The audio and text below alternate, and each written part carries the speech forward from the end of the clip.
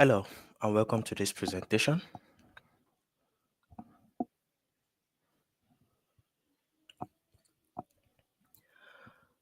The goal of this presentation is to discuss security as it relates to software, and we are going to begin this entire process by introducing ourselves to the dangers of security. We begin the entire thing by saying the safest application that is out there today is the one that never steps out into the world.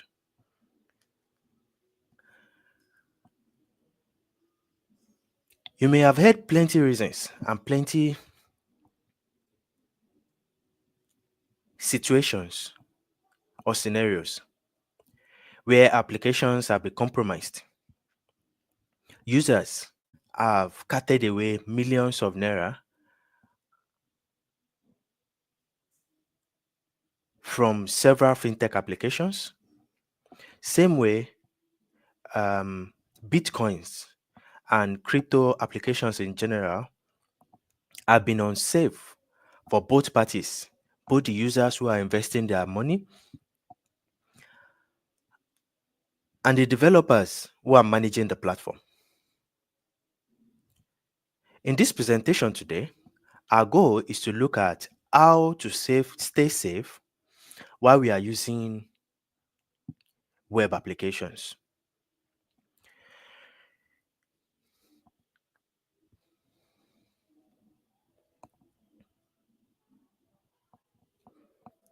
We are going to do this by introducing several scenarios where apps and APIs are working and they have been targeted with the aim of compromising their security.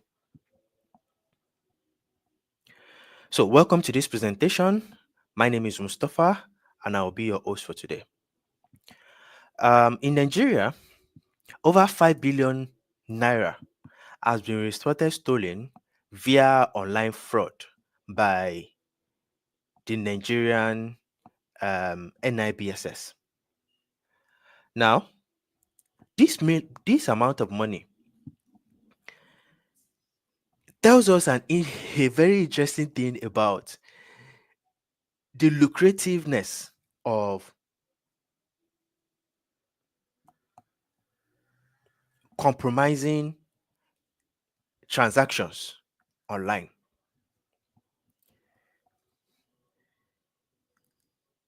The number of transactions that are possibly made in Nigeria as at March of 2024 is by 62 million unique users. These are individuals who can register account numbers and make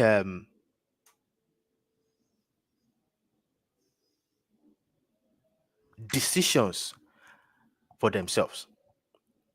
So, what this tells us is we have at minimum 62 million individuals with mobile phone numbers, with mobile account numbers, and each person probably has two or three numbers.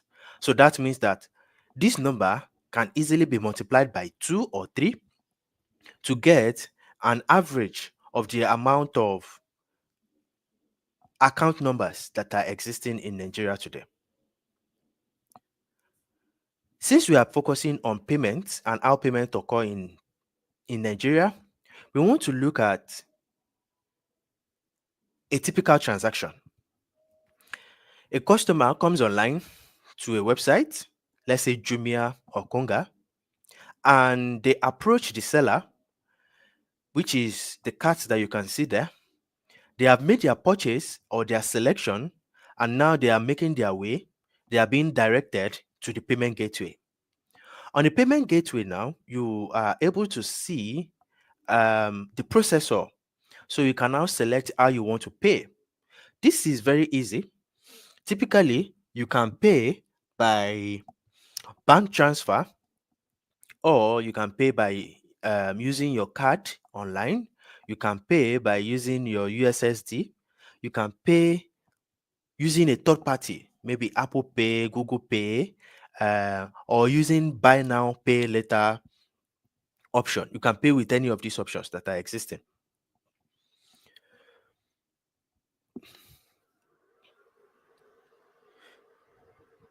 The payment processor talks to your bank, and your bank will find a way to get that money to the merchant. Once this cycle completes, the merchant would issue you a receipt to confirm that the payment has been made. Now, at any point in this flow, your information can be tapped. Your information can be compromised. So, as the saying goes, the weakest link determines how safe the entire system will be. So, when we look at this, then we now take it to how interbank transfer works generally in Nigeria, specifically for the NIBSS that I have been mentioning. So, what we know is that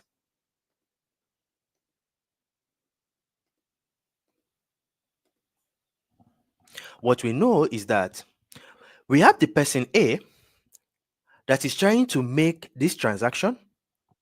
This person has approached their merchant, the payment processor online. The payment processor would typically talk to the bank, the destination bank. So the source bank is you, your own bank where your money resides. Now, your own bank will talk to the payment processor A2.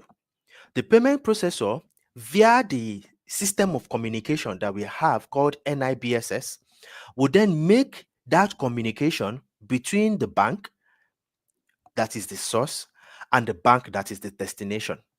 The destination bank can lay a claim to a specific amount of money on your own bank.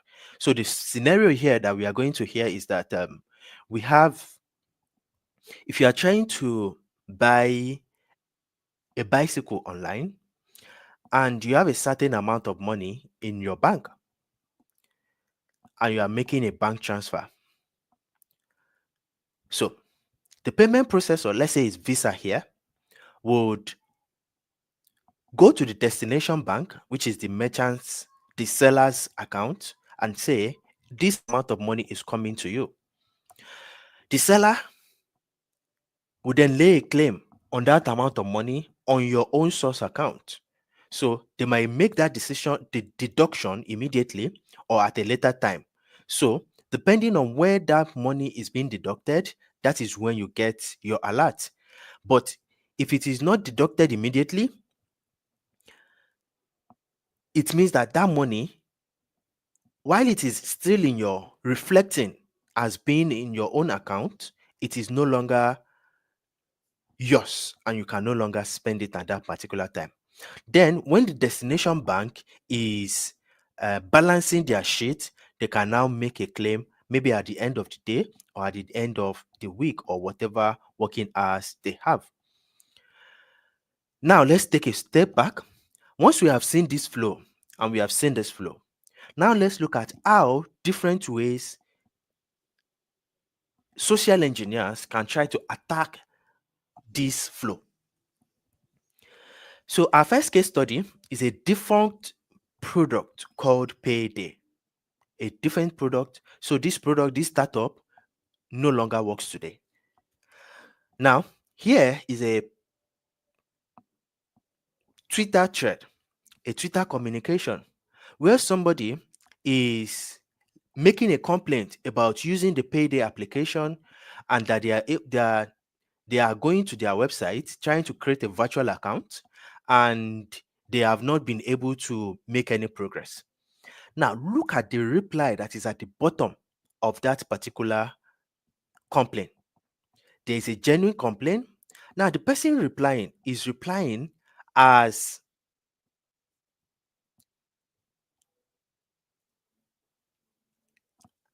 if they represent the Payday company, as if they are customer representative to the Payday company.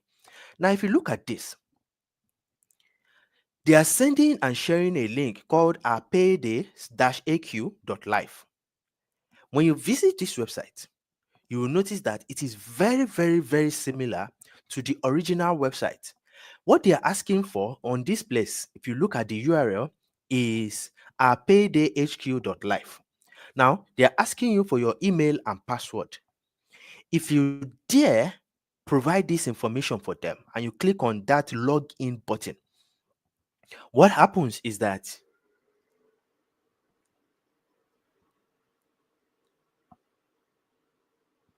they try to steal your information. So when we compare this clone versus the original one, you can see the very much similarity between the two.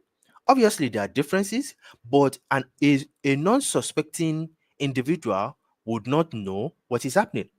So let's look at which is the correct website and which is the fake website. If you look at the left-hand side, you will see that the original website, the correct website, paydayweb.life, was registered 42 days before then, as you can see there, right? And the person that has registered it is cloned, so we cannot say the thing.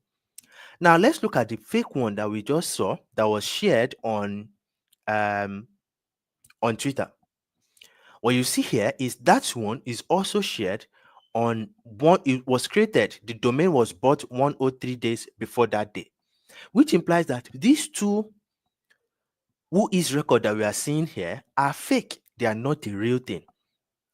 It means that there are so many versions of this. Look at what you have here: paydayweb.life, payday, payday.hq.life. There are so many clones and phishing attacks that are coming to that website. And unsuspecting users, when they supply their email and address, they have given their details to an hacker, to somebody who will now indirectly try to log in into their website and clear whatever funds they have in their account. So, inspecting on further inspection of the code that they are using, we can see here that there is this function called email.js.init. Now, when you look at here, when you look at what this function does, this function has a very specific key that we can see here. The key allows you to send the email and the password encrypted to a particular address. So we cannot immediately see the address that is being sent, right? But we know immediately that they are sending the email address to a very specific place. Now, if you look at here, you can see that this is the email.js.com, and they are sending the email from the code from this address that we have seen here, from this place. They are sending the email that you have provided to a very free domain name that they can purchase online. So you can see the similar thing that is happening here. Email.js.send, same way you have here. Email.js.init. So if you look at this documentation more and further, you will see that it is just the domain name that they have bought, and they are using these endpoints here. They are using this SDK here to get the information from the user and send it to themselves. Now, on sending it to themselves, as you can see here, they can get as many emails as they want. Once they do that, then they go to the next stage. You can see as many, the company itself, Payday, when it was still operational, they came around to come and debunk all the individuals who are using their service. You can see here they said all these individuals on the left-hand side are fake Twitter accounts, while their own is this official one on the right-hand side. Now, this is not exempt, they are not exempting you, right? Any company that does this have a similar experience, specifically banks. If you go to Twitter now and you make a complaint about your bank, whatever bank that you're using, almost 100% certain that a fake representative who is trying to steal your information will reply you. Not just banks, your telecoms, your any service that you use on a daily basis, and there is potential for your identity to be stolen and to be used. So the question now asks us, why do attackers want to steal your identity? What do they want essentially? Majority of the reasons why we have attackers is because they want your information. When they get your information, like your name and address or your credit card information, they can use it to impersonate you, to steal your data, or to make transactions on your behalf. Now, essentially, they can identify different asset case that you have, because if you go back to this place and you look at the complaint that that person has made, some of these things, by reading this, we can categorize this user. We know that this user has a set of amount of money. This user wants to buy some things on Amazon, and this user is trying to get the virtual card. So we know, we can categorize definitely that this user has money on their payday wallet.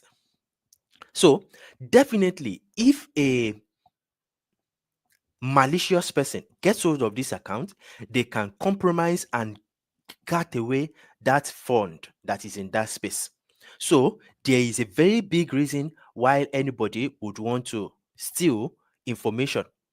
So for us, as you are looking at this case, when you identify the assets and then you identify the security goals for you to be able to prevent yourself, then you can look at how to prevent different levels and different layers to build trust and to ensure that in any of these layer that we have here, in any of this layer or this layer that we have here, there is no weak link that would allow your customer to compromise themselves. So even if the customer divulges their information using any of this hack to a, a, a malicious personnel, there should be things in place: two-factor authentication, OTP, etc., like that, that ensures that you are safe and the person cannot get access of that account. So how do we do this? There are several ways to do this. One is to continuously ensure that there is trust between every entity that are happening in this case. You should assume that your users are compromising themselves. So you should never trust your user and whatever information that they are giving you. So again, what does the real life protection case looks like? We are going to look at a demo of a company that offers APIs to their customers, and we are going to look at the security measures that they have put in place to ensure that customers do not get defrauded. Number one that you can see here, there is an authentication layer.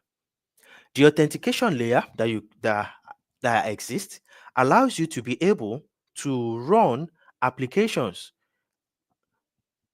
specifically without compromising yourself and without compromising their own system. So they are safeguarding themselves and protecting themselves, and at the same time, they are protecting your own interest in the company. So the next thing that they are providing is an environment called a sandbox. This sandbox allows you to protect you, allows you to run experiments as an engineer and ensure that the experiment works successfully before you gain access to the live server environment. So it is not just peculiar to this particular platform. If we go to something like Paystack too, you will see that they have similar sandbox. Any serious company should have this kind of product that allows you to be able to gain access successfully and use the product as and protect yourself from their system. So you can see here, they have the test mode and they have the live mode. The test mode allows you to run any set of comments and any set of environment easily without compromising yourself. Then once you are happy with the product and what you have available, then you can put it out there. And then once you put it out there, anybody can now access this product and use it the way they want to use it. So let's continue. The first one we have mentioned in a way to protect yourself is the authentication. The follow-up version is the IP whitelisting and the sandbox.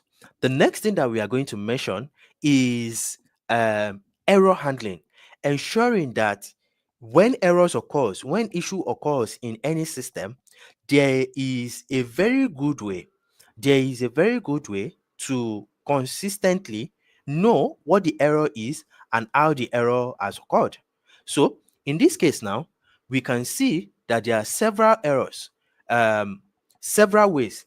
Um, Typically, the standard errors that we have online that allows us to be able to that allows us to be able to understand what the error is and how it has occurred, and then fix those errors successfully. So once you have done this, the next thing we want to look at is this IP whitelisting. What is IP whitelisting? IP whitelisting allows you to be able to protect and ensure that you authorize only the devices that are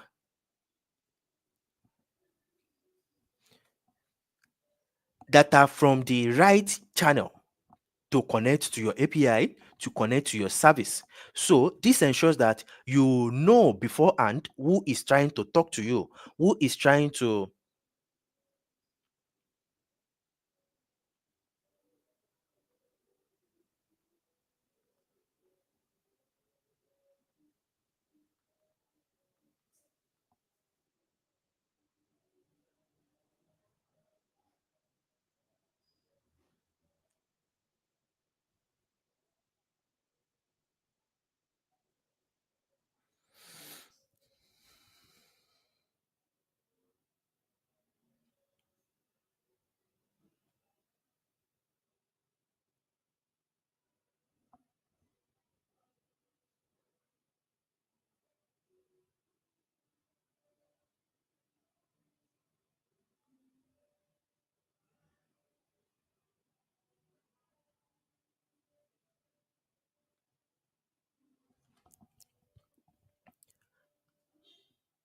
at the end of the day, it would make sense that we have this information, and as each of this information, as you can see here, helps you to protect in each layer that you are provided, helps you to protect and prevent unwanted individuals from accessing your system and compromising them.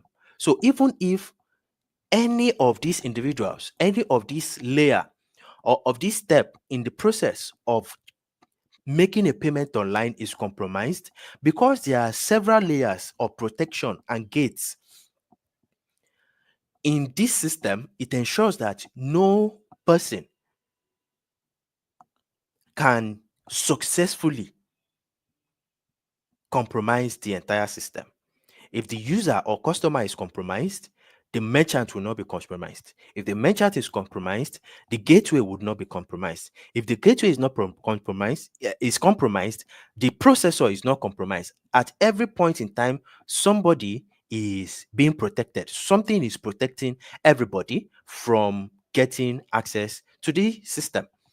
So, if you want to play around, there are so many ways to learn more about protecting yourself online and how to use this. This is the first in a series of presentation on how to protect yourself online and how to let and how payments works online, web security works online, etc. Um, Join me in the next presentation as I talk about web security and who your users are and why you should never trust your users as they come online. Um, my name is Rufai. I am your presenter for today, and you can find me on my website where I talk more about other things on the web. Thank you very much for now. Au revoir.